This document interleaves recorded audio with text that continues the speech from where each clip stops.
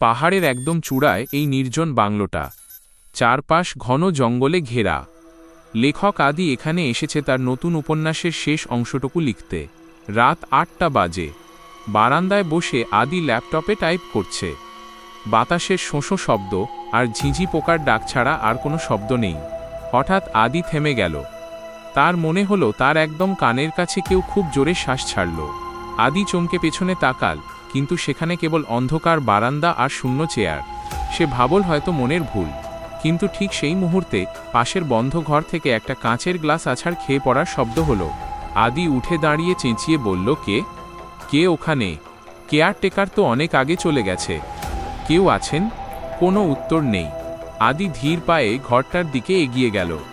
দরজাটা ধাক্কা দিতেই ক্যাঁচ ক্যাঁচ শব্দ করে খুলে গেল। মেঝেতে কাঁচের টুকরোগুলো ছড়িয়ে আছে, কিন্তু অদ্ভুত ব্যাপার হলো জানলাগুলো সব ভেতর থেকে ছিটকিনি লাগানো। বাতাস ঢোকার কোনো পথ নেই। আদি নিচু হয়ে কাঁচের টুকরো সরাতে যাবে, তখনই দেখল মেঝেতে জমা রক্ত মেশানো জলের ওপর একজনের পায়ের ছাপ। খালি পায়ের ছাপগুলো আলমারির দিকে গিয়ে হঠাৎ উধাও হয়ে গেছে। আদি আলমারিটা খুলল, কিন্তু ভেতরটা একদম শূন্য। রাত 10:15। ড্রয়িং রুমে আদি একা বসে আছে। চারপাশটা যেন অস্বাভাবিক নিস্তব্ধ। সে নিজেকে শান্ত করার জন্য একটা বই পড়তে শুরু করল। হঠাৎ তার টেবিলের ওপর রাখা ফোনের স্ক্রিনটা জ্বলে উঠল। ফোনের ভয়েস রেকর্ডার অ্যাপটা নিজে নিজেই চালু হয়ে গেছে। আদি ফোনটা হাতে নিতেই স্পিকার থেকে একটা আওয়াজ এল। প্রথমে শুধু স্ট্যাটিক নয়েজ, তারপর খুব পরিচিত একটা গলা। এটা আদির নিজের গলা। ফোন থেকে আদির রেকর্ডিংটা বাজছে, বাঁচাও, কেউ আমাকে বাঁচাও, ও আমার একদম পেছনে দাঁড়িয়ে আছে, ওর নখগুলো আমার ঘাড়ের কাছে। আদি ভয়ে পাথর হয়ে গেল। সে রেকর্ডিংটা বন্ধ করতে চাইছে, কিন্তু ফোনের টাচ কাজ করছে না। ঠিক তখন রেকর্ড করা আদির গলাটা অমানুষিক আর্তনাদ করে উঠল। সাথে সাথে পুরো বাংলোর মেইন পাওয়ার লাইন কেটে গেল। ঘুটঘুটে অন্ধকার।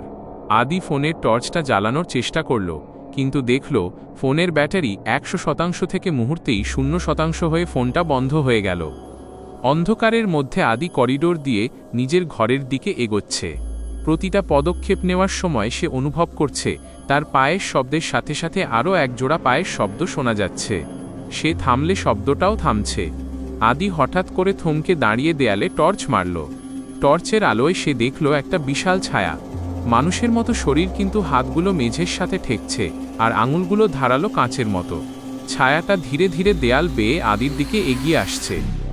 আদি দৌড়ে গিয়ে করিডোরের বড় আয়নাটার সামনে দাঁড়াল। আয়নায় সে নিজের চেহারা দেখতে পাচ্ছে না। পরিবর্তে সে দেখল আয়নার ভেতরে সে নিজেই দাঁড়িয়ে আছে, কিন্তু তার গলা দিয়ে গলগল করে রক্ত ঝরছে। আয়নার ভেতর থেকে আদির প্রতিচ্ছবিটা একটা হাত বাড়িয়ে বাস্তবের আদির গলাটা চেপে ধরল। আদি কোনো স্পর্শ অনুভব করছে না, কিন্তু তার দম বন্ধ হয়ে আসছে। সে আপ্রাণ চেষ্টা করে আয়নাটা লাথি দিয়ে ভেঙে ফেলল। রাত 1:30। আদি কোনো মতে নিজের ঘরে ঢুকে দরজা ভেতর থেকে আটকে দিয়েছে।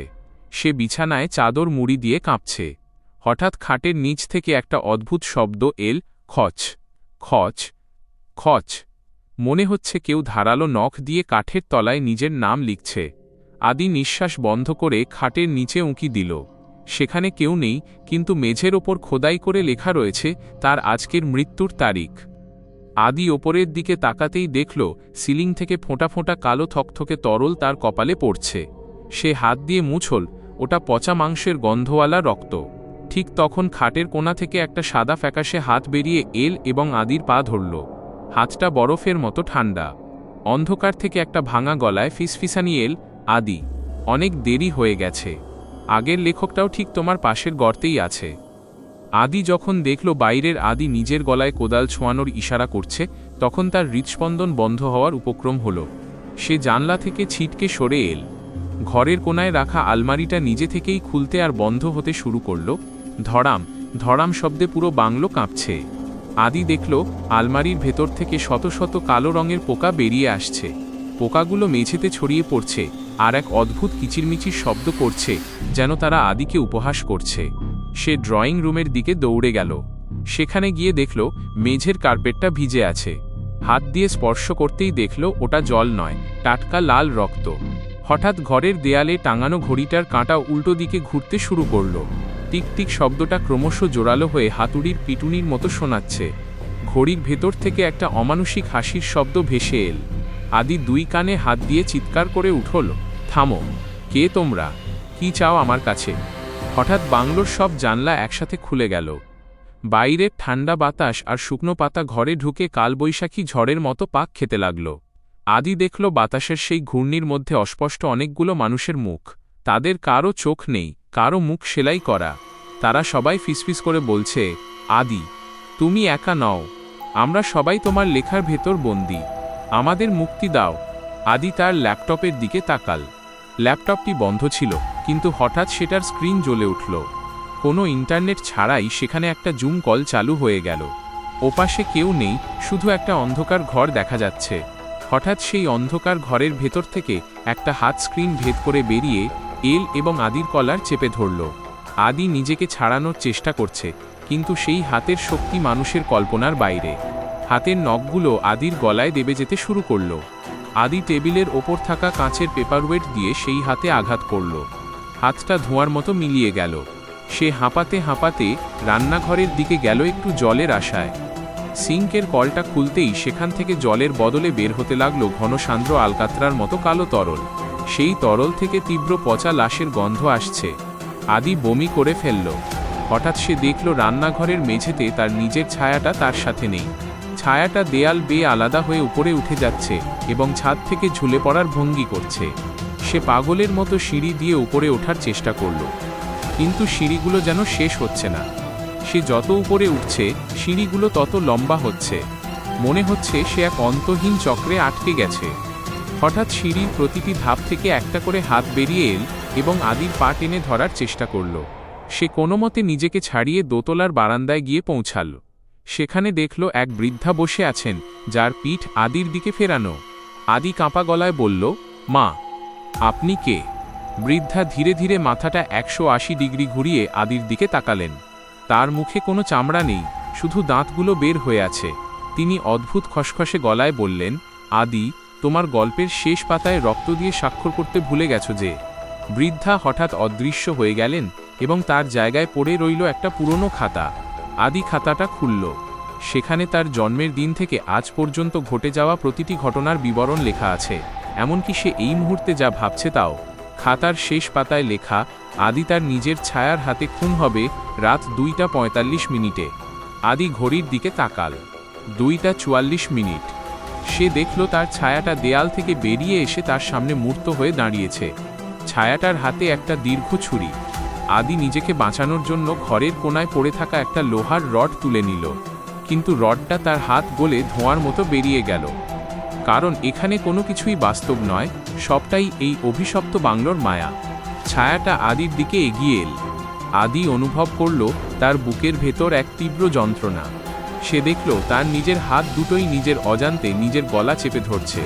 সে নিজেকে আটকাতে পারছে না, তার মস্তিষ্ক তাকে নিয়ন্ত্রণ করতে পারছে না। আদি বুঝতে পারল এই বাংলোর আত্মাগুলো তার শরীর দখল করে নিয়েছে।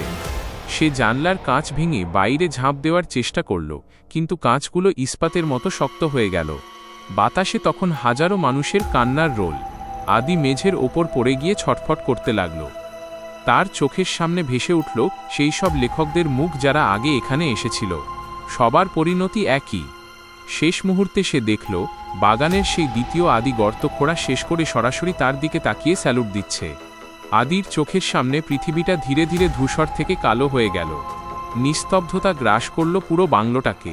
পরদিন সকালে যখন কেয়ারটেকার এল, সে দেখল ল্যাপটপের স্ক্রিনে লেখা, গল্পটি এখানেই শেষ হলো না, কেবল চরিত্র বদল হলো।